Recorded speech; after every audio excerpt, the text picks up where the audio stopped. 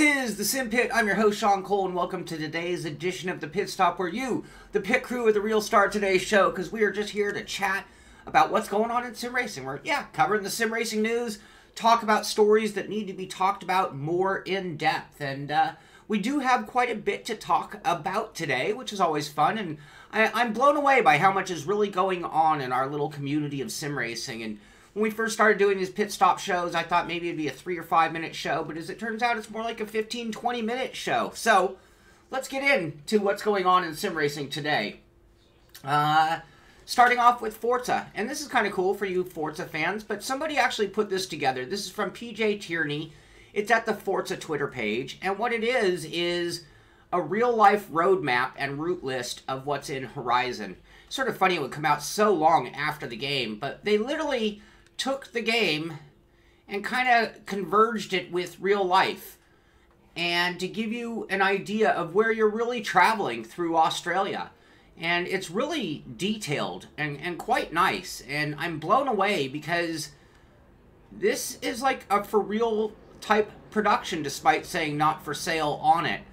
And it kind of takes me back to the kind of things that yesteryear, when we'd get games and they'd come in a box, and you'd get a disc, or a disc, and you'd get an instruction manual, and all those things. And I remember how long it would take to install a game, and I'd sit there reading the manual, and things that would get me psyched up to get into the game and play and get involved. So I would have loved to have seen something like this included with Horizon when you bought it.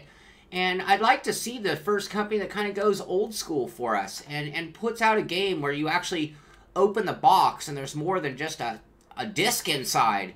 That would be really cool for me, and I'm sure a lot of other people would appreciate that as well. I miss the days of getting a boxed title, so to speak, instead of everything just being DLC and then you question if you even own it.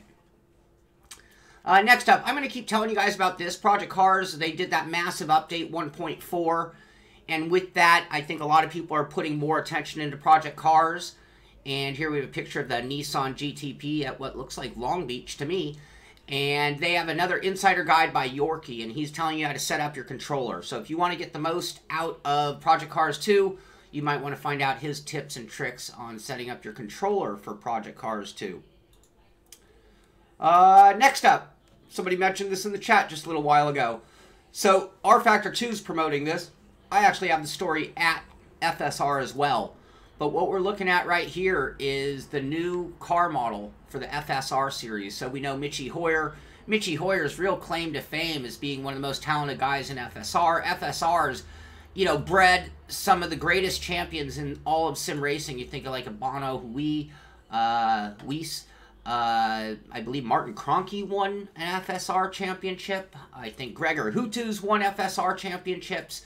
So this is a beautiful car model. I look at these images, and it's almost hard to distinguish this as a sim. And I watch a lot of TV, and when I'm watching TV nowadays, I actually see car commercials that it even says on the bottom, computer generated. And it's no wonder, because look at this model. It's almost better than what you could do with a real camera in real life. So it should be nice to see those running around, and they are about to kick off the FSR season. So if you have a team and you think you're super duper competitive, they do have multiple tiers. You might want to get into FSR. As far as R-Factor 2 goes, as far as I'm concerned, this is the pinnacle of competition for R-Factor 2.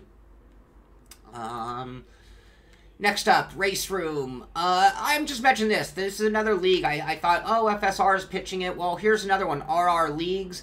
Their spots opened up for round 3 in their Porsche series with Race Room.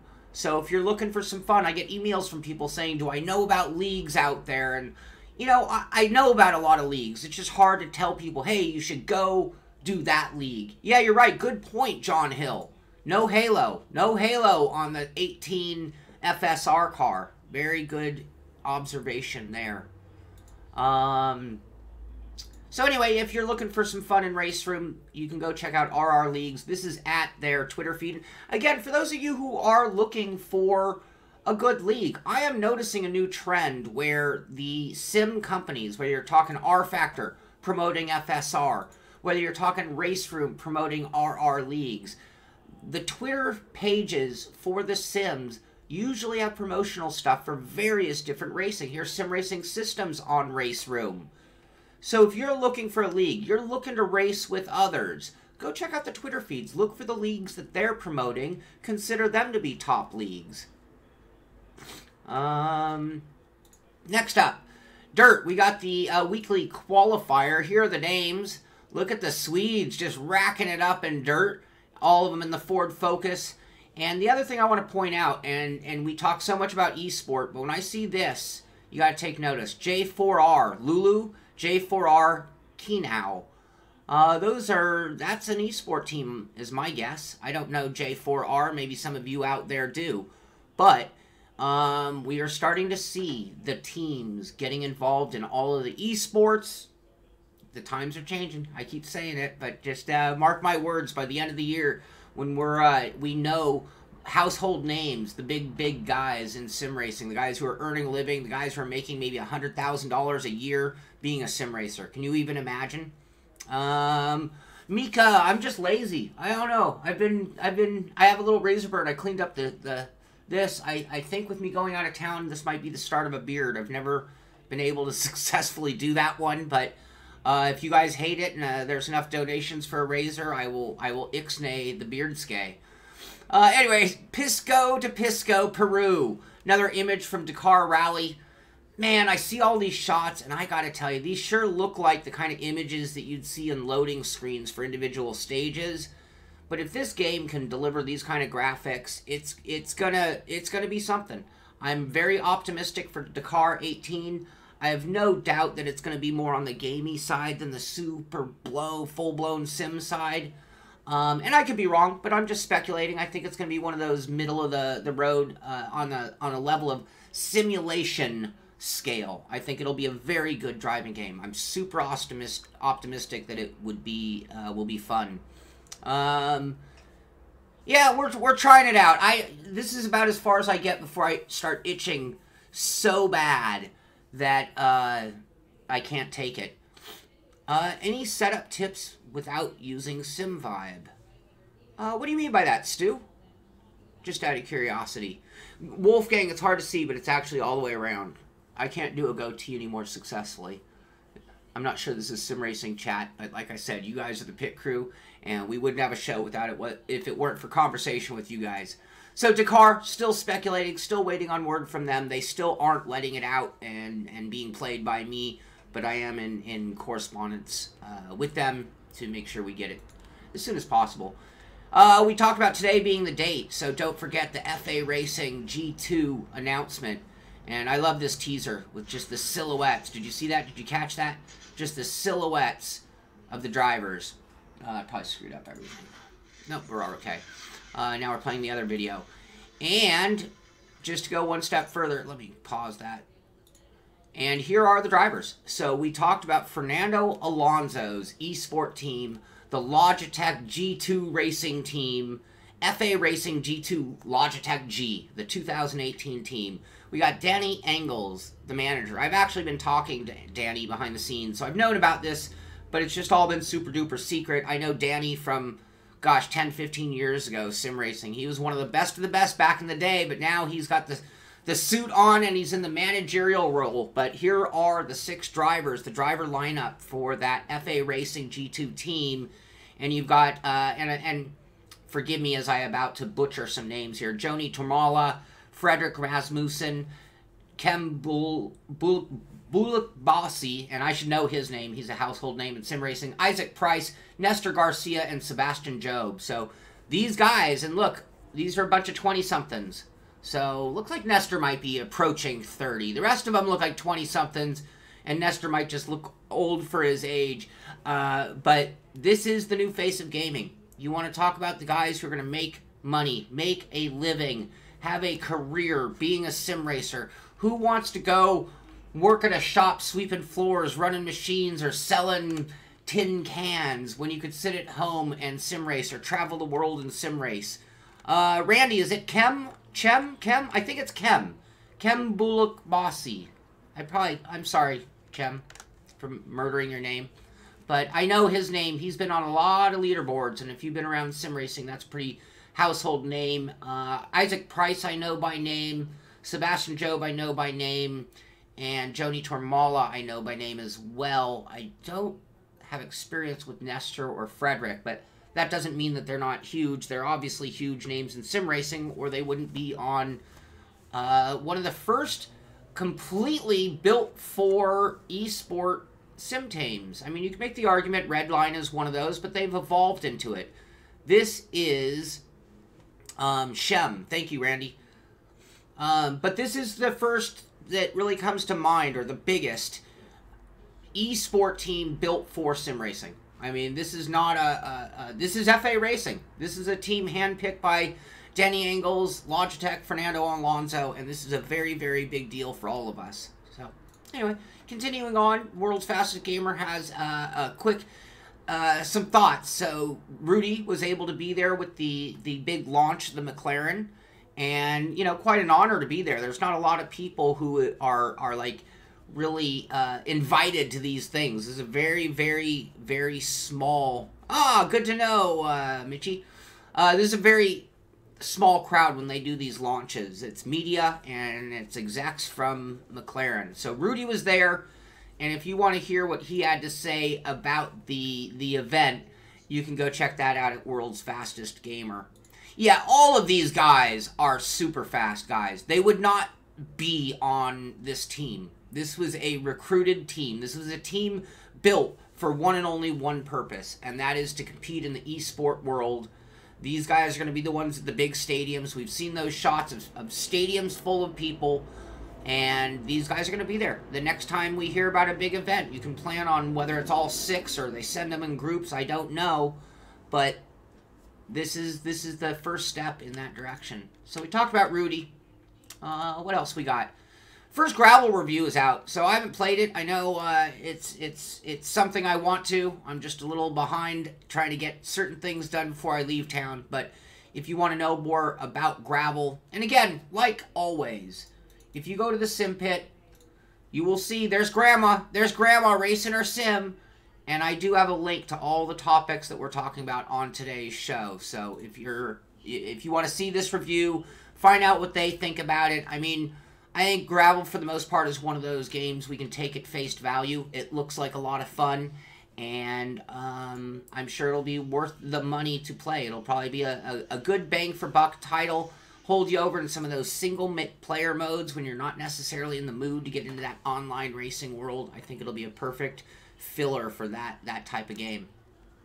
I'm not going to go into detail, but here's an article about Asphalt 9 Legends, and this is a touchscreen type driving game. So if you're looking for something to play while you're waiting for your next appointment sitting there on your cell phone, this might be worth having. Like I said, I don't really have any games on my tablets or cell phones that I really enjoy playing, and I might have to go check this one out. Maybe a driving game would do it for me there. This I'm just going to mention because I want you guys to be aware. I want to start talking about the winners in sim racing. So when somebody sends one of these stories in, I'm going to give SimSport News credit for covering the story, and I'm going to give Team Chimera credit for winning the 10 hours of Suzuka on iRacing in the GT3, GT1 cars. So congratulations to them. Anybody who accomplishes a 10-hour race, my hat's off to you, because it takes quite a lot of planning if you're going to compete on that arena. So congratulations to them, and I'm not going to dwell long on it, but again, if you're out there and you know the league or a big competition, let me know, and I'll cover it. Sim Racing Observer, one of my favorite sites, the guys who do the power rankings and a bunch of different cool ways of looking at sim racing from angles that are quite a bit different than everybody else in sim racing media-wise, myself included in that list. But they have partnered up with V8 Scops, the V8 Supercar League, and this league, funny enough, can rival any league on the planet as far as broadcast coverage and viewership. This is one of the most popular series in all of sim racing, and it can even hold its own against even the iRacing World Championships as far as viewership things go. So this is a big deal. Sim Racing Observer is going to be doing post-race write-ups and some promotional stuff and things like that. So that should be pretty good for them. I missed what you said about 10 minutes there, Stu. John Cheel, yes, I have Candy Crush on my phone. That's one game I do have on my phone. I admit it. I have to admit it. I'll give a Simpit sticker to anybody who can guess the only other game that is on my phone. And I should double check my phone to make sure. I know I have two, and I can't even remember, but I'll send Simpit stickers to whoever between now and the end of the show. If somebody can guess the other cell phone app that is actually on my phone, I will send them Simpit stickers. Sorry to walk away. I just want to get the answer here. Shows you how often I play them. Yep, that's what I thought it was. So whoever, random call sign wins. There you go. Angry Birds is the only other. I have two game apps on my phone. There they are.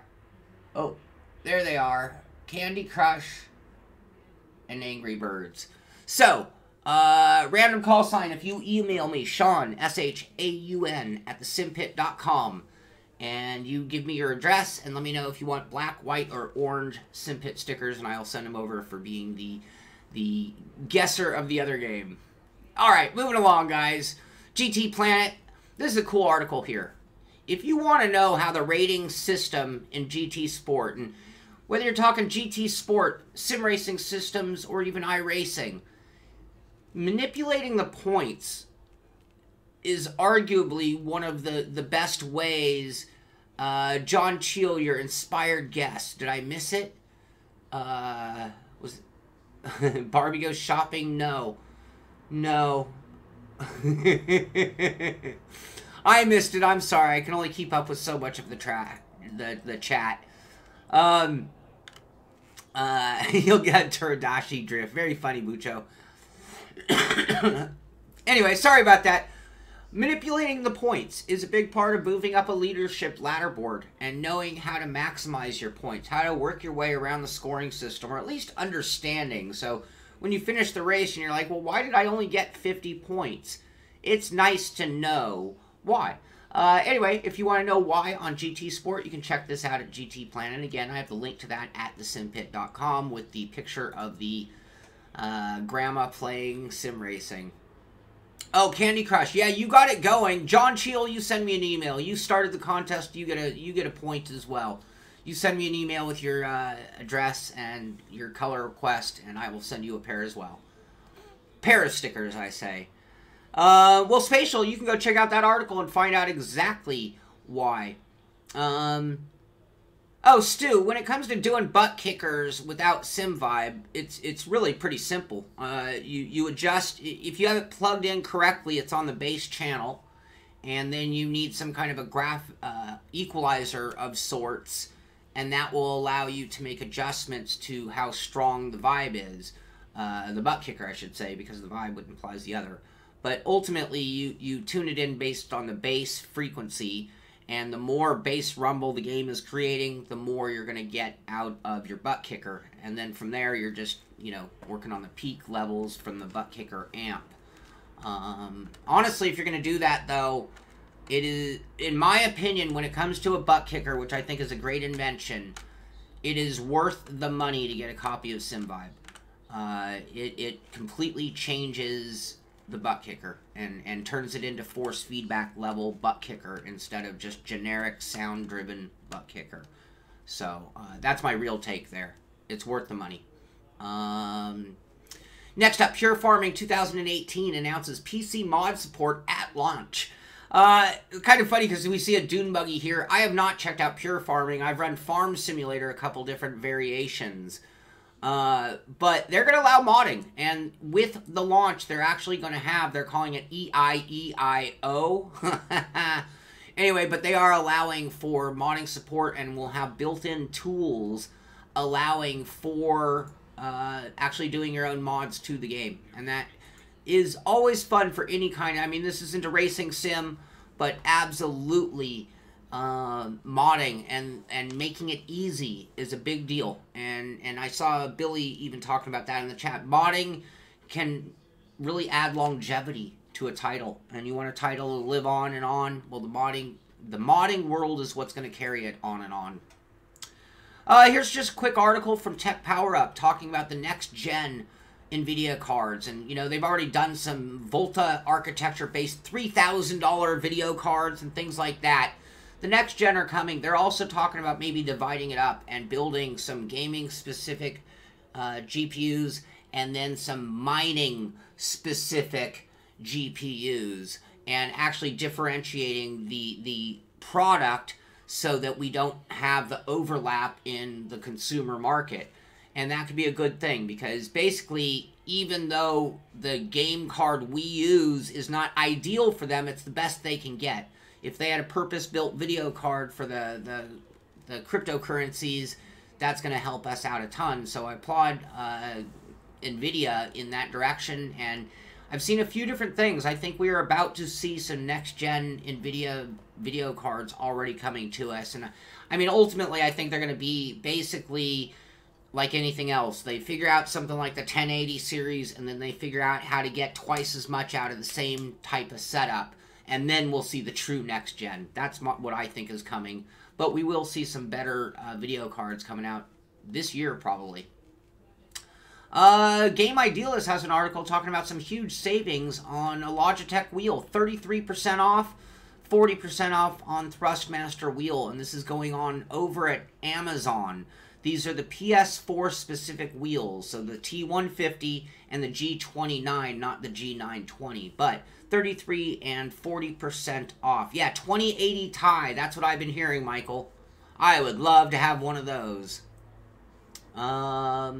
And I wonder if it's going to put us back in the need of larger power supplies. Because for a while we were needing bigger and bigger power supplies. Then the 1080 series seemed to really reduce the amount of power that the graphics card need. I wonder if the next gen are going to be back to peaking out our systems and needing 1400 watts power supplies. Next up. This is an article I liked and I don't like. These are the best racing games on PS4. And there's 10 games, the top 10. What I don't like in this is it didn't definitively say, am I looking at the bottom of the list to the top, or am I looking at the top of the list to the bottom? And they don't give us those overall sales. And that's something I'm always trying to find. And if anybody has some really good data on various game sales, I would really like to get a sense of the size of our world. It's just hard because you see little ones, like maybe you'll get something out of the UK, so it's just UK PS4 sales, and it's like, well, I do want to know more. I want to know global sales. So, yeah, there you go. Next up, Racer360 has an article on how real is sim racing. Seeing more and more of this. I remember 5 years ago, the articles would always be like, is sim racing real? It was always the other. It was always coming from the, nah, it can't be that good. But now we're seeing a change of pace. And the articles are, how real is it? How good is it? How much can drifting make you a better... How much can drifting Porsches show you that sim racing makes you a better driver? Article after article talking about how sim racing makes us better.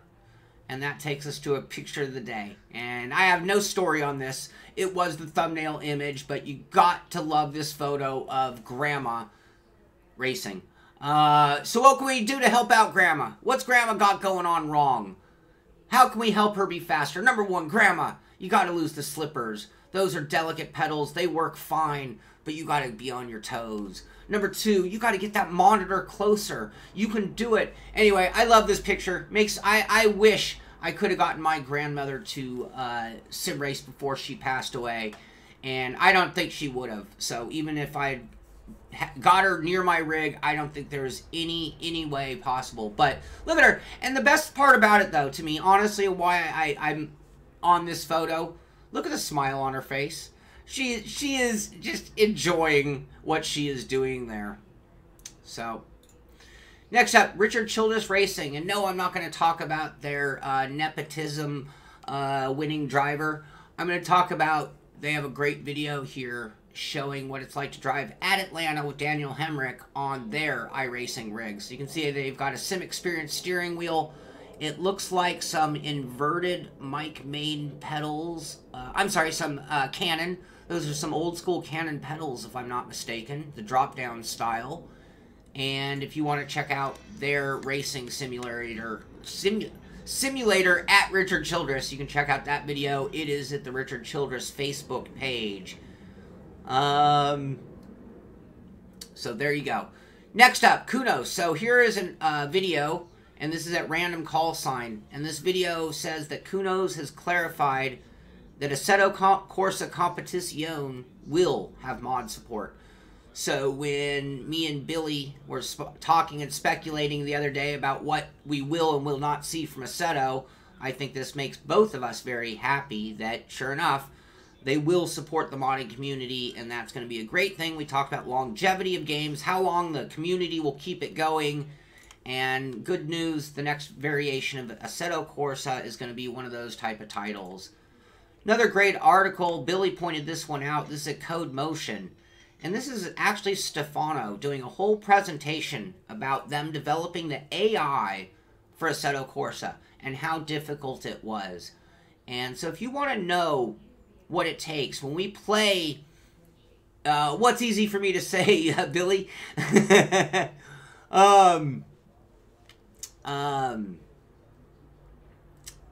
netcode.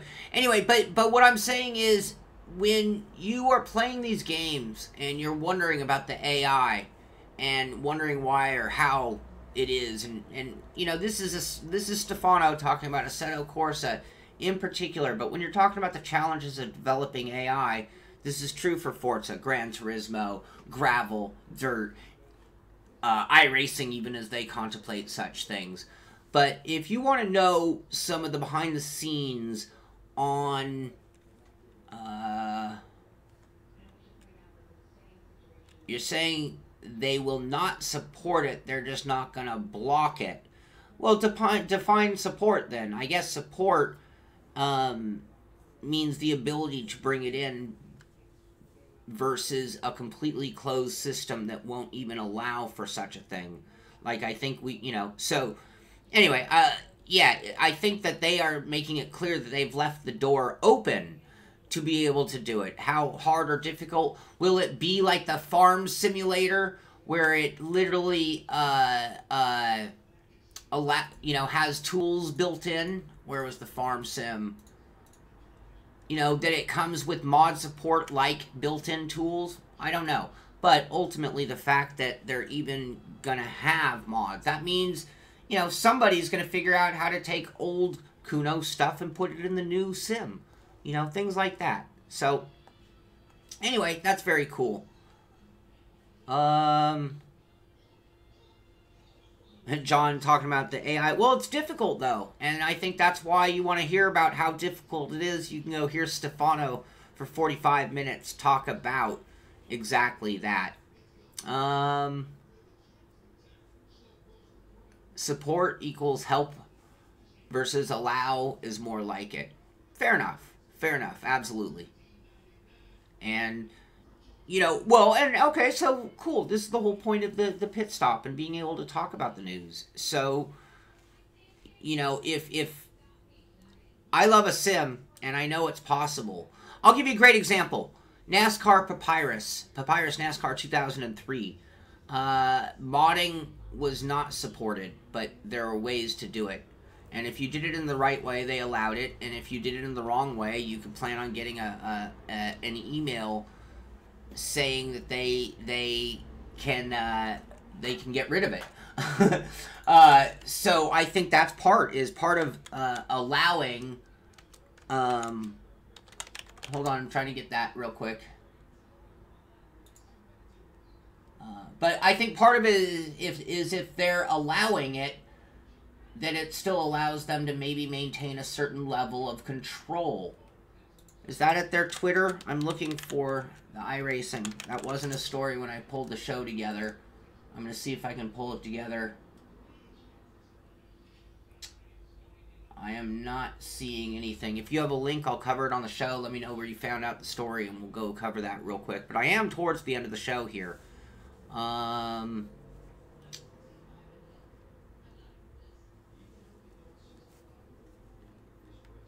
New IndyCar. So anyway, Randy is saying that iRacing just dropped the bomb. New IndyCar is released. And again, we, you know, to an extent, we can, you know, argue the semantics. So anyway, anyway, that's the whole point. My point isn't for me to have all of the answers. The point for this show and the whole point is to bring up the topics. You know, we all have our own opinions on various different things on that level, to be honest with you. So, you know, honestly, them coming with a new game, hold on. I can't read the fine print right now. Anyway, you can watch the video and you can get the full story for yourself and you can have your own interpretation on what it means. We're also talking pre-release. We're also talking you know, the great thing about the modding community is that they are a genius group of people. And where there is a will, there is a way. And if a game is completely restricted, on the PC side of things at least, you can count on them trying. They're going to do their best to get anything and everything they can. The only matter is, how closed a group will it be? So anyway, like I said, all of the stories are at thesimpit.com. Just go there, look for that great image of Grandma sim racing, and you can go check out all of that as well. No, semantics is some of the wording that's being thrown around right now. So if you talk about closed, open, support, not support, farm sim having actual tools, that's what I'm saying, semantics-wise. So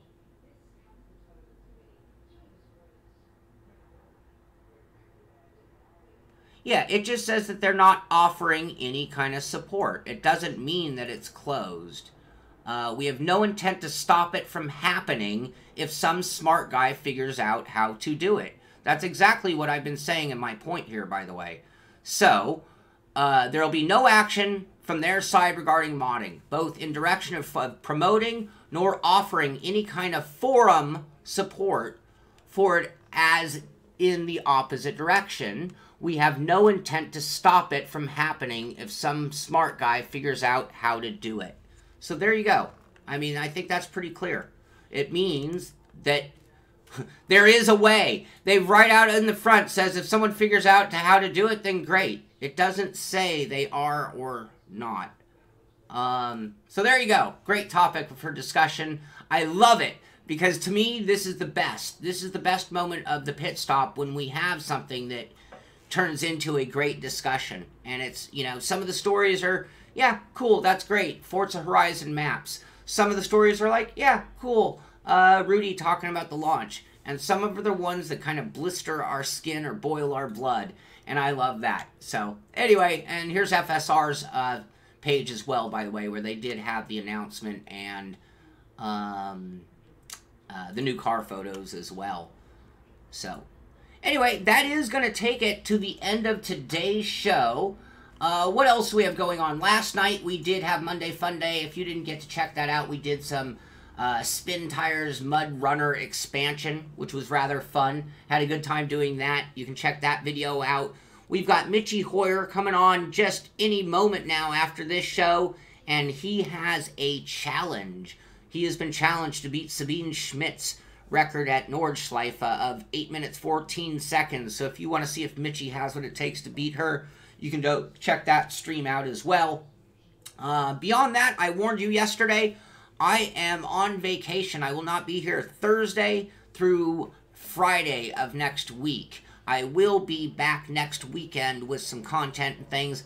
I do have some videos that'll come out in that time, and it looks like maybe starting Monday, John Hill might be filling in. So we'll keep you informed, let you know what's going on with the exact schedule, but we will be continuing on with the pit stop. Thank you, John Hill, for stepping up and doing that. And not sure if it's going to be 5 days, 3 days, 4 days, who knows. But we will let you know as we get that all figured out. But I will be out of town starting Thursday. Tomorrow I will be back with the pit stop. Tomorrow night I will not be doing an Attack the Track because I'm unfortunately going to miss this week's race, which I'm not thrilled. I'm really enjoying the DTM cars. But get out there with the guys and practice and race for the Sim Racing Systems 90s DTM Revival Series. And that's going on Thursday and Friday night at 6 p.m. And you can find all the details for that on last week's edition of the show. So that is going to take it to the end of the day. Thank you guys so much for the heated topic. Thank you so much for the banter. Thank you for being part of the pit crew and just being here to talk about sim racing news. And always having my back, making sure I get the story straight as well. Gotta love it. Thank you. That makes you the ultimate part of the pit crew. That's going to do it for today. I'll be back tomorrow morning. This is the Simpit. I'm Sean Cole, and I'll see you on the track.